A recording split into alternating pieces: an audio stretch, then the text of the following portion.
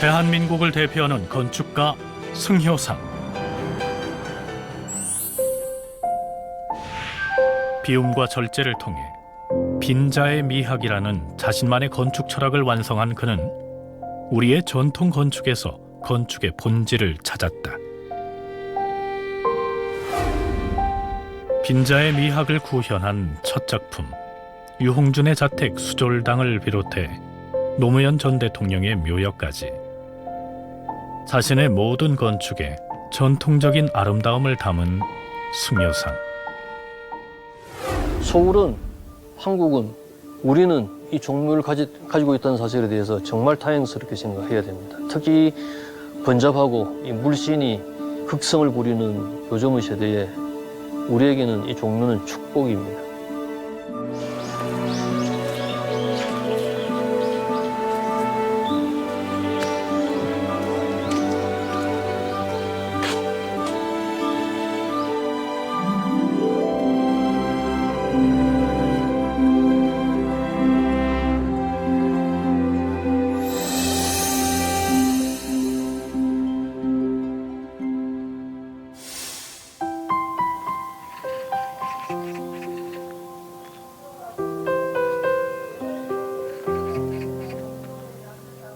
제가 건축을 갖다가 선택한 이유도 건축이 뭐 예술적인 부분일 것 같아서 선택을 했고, 아름다운 형태를 만드는 게 이제 건축의 전부인 줄 알았는데, 건축을 하다 보니까 건축의 본질은 그게 아니고 보이지 않는 공간을 축조하는 데 있다고 하는 걸 알게 되면서 그동안 알아왔던 한국 건축들을 다시 되짚어 보기 시작했죠.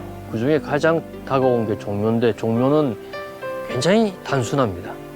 하나의 공간을 가지고 전체를 갖다가 에워싼 거기 때문에 우리 그 성질을 가장 잘 요약해서 알려주는 그런 어떤 건축이라서 금방 알 수가 있었죠.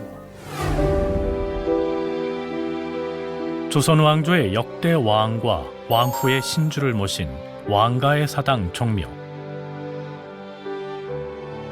종묘의 상징인 정전은 가로 길이가 101m로 국내는 물론 세계에서 가장 긴 단일 목조 건축물이다. 단순 반복과 절제의 아름다움이 일으키는 정제된 장엄함. 종묘는 조선 왕조의 정신과 건축적 아름다움이 동시에 살아있다. 전에는 종묘 정전, 저 길이가 100m 넘는 저 길이가 물체처럼 타고 왔는데, 그다음부터는 저 종묘 정전은 잘 보이지 않고 앞에 있는 공간이 이제 보이기 시작한 거예요. 아, 건축을 이제부터 새로 시작해야 되구나 하는 결정적 마음을 갖게 했죠. 저한테는 굉장히 위대한 순간이었습니다.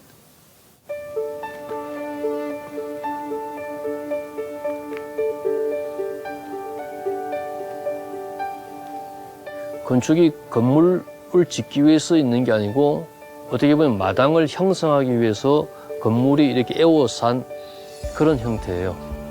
월대라고 하는 것도 월대를 형성하기 위해서 담장이나 정전이 이렇게 둘러싼 거죠. 그러니까 사실은 어떻게 생각하면은 홀령을 모시고 있는 종묘정전이 목적이라고 우리 착각할 수가 있는데, 홀령 모시고 있으면은 저거는 그냥 어떻게 생각하면은 박제된 공간일 수밖에 없어요. 월대가 있음으로 해서 홀령을 불러내서 우리가 만나는 공간이니까, 만나기 위한 시설이 종묘니까, 근데 월대가 여기서는 주인공이라고 이야기할 수가 있습니다.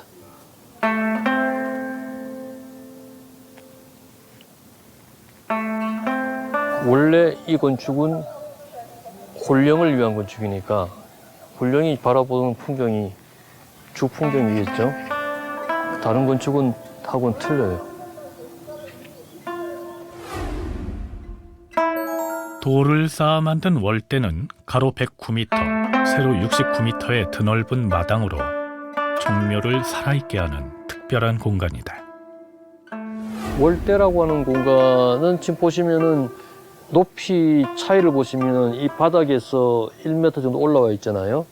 그리고 저 홀령을 모시는 공간에서 1.5m 정도 내려와 있어요. 그러니까 이것은 요 입구의 바닥이라고 하면 우리 일상적인 공간, 우리 인간이 사는 공간이고, 홀령이 모시는 공간하고 그 사이에 월대가 있으니까 산자와 죽은 자가 만나는 공간이죠. 월대가 이렇게 비워져 있잖아요. 그렇지만 여기 행위가 일어날 때는 전혀 다른 풍경이 이 안에서 벌어집니다. 아주 감동적입니다. 그게 비어 있기 때문에 벌어지는 거지, 여기에 무슨 시설이 채워져 있다 그러면은 그게 감동이 없고 그 행위도 불가능하죠. 그래서 월대는 우리 마당의 아주 원형질적 공간이라고 이야기를 할 수가 있습니다.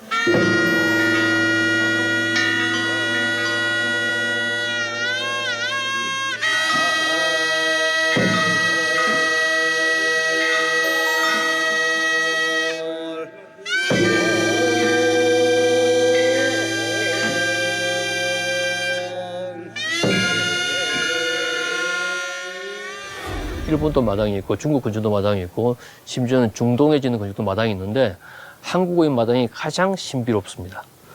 일본의 마당은 쳐다보는 그 대상으로서의 마당이에요. 아무도 못 들어가요, 그 마당에는.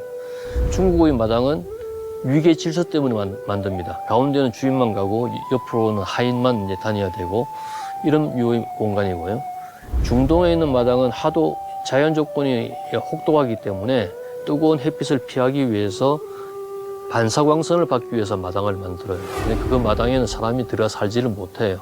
근데 한국의 마당은 여기에는 어떤 일이 있어도 괜찮아요. 애들이 놀아도 되고, 제사를 지내도 되고, 축제를 해도 되고, 노동을 해도 돼요.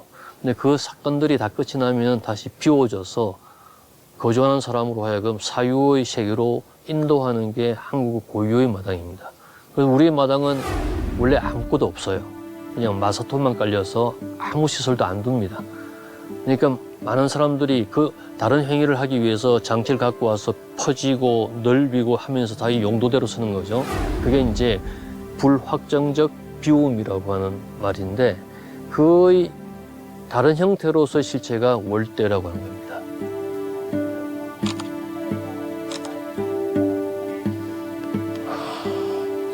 대단하다.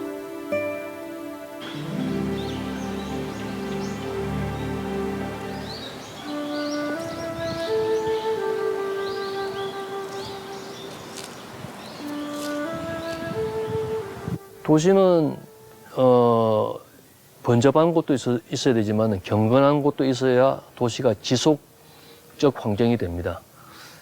근데 보통 경건한 곳이라고 그러면은 종교시설이나 혹은 죽은 자가 있는 무덤이나 이 두 가지의 시설인데, 서울의 한복판에 56,000평이라고 하는 이 비움의 장소가 존재했다고 하는 것이 그나마 서울을 지속할 수 있게 하는 그런 어떤 중요한 그런 어떤 원천이 아닌가 생각되어서 참으로 우리에게는 다행한 장소라고 이야기하지 않을 수가 없습니다.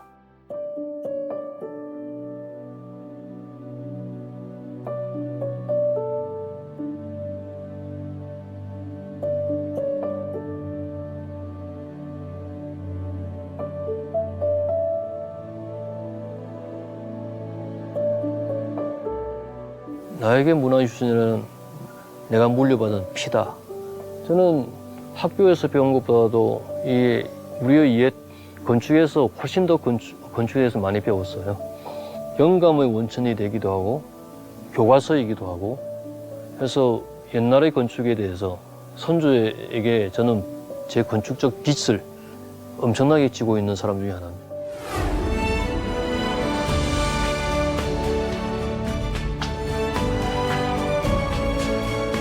건축적 정체성에 다시 의문이 들 때 여기에 와서 한 바퀴 돌고 가면은 마음의 평화를 다시 얻어서 다시 출발할 수 있는 계기가 곧잘 됩니다.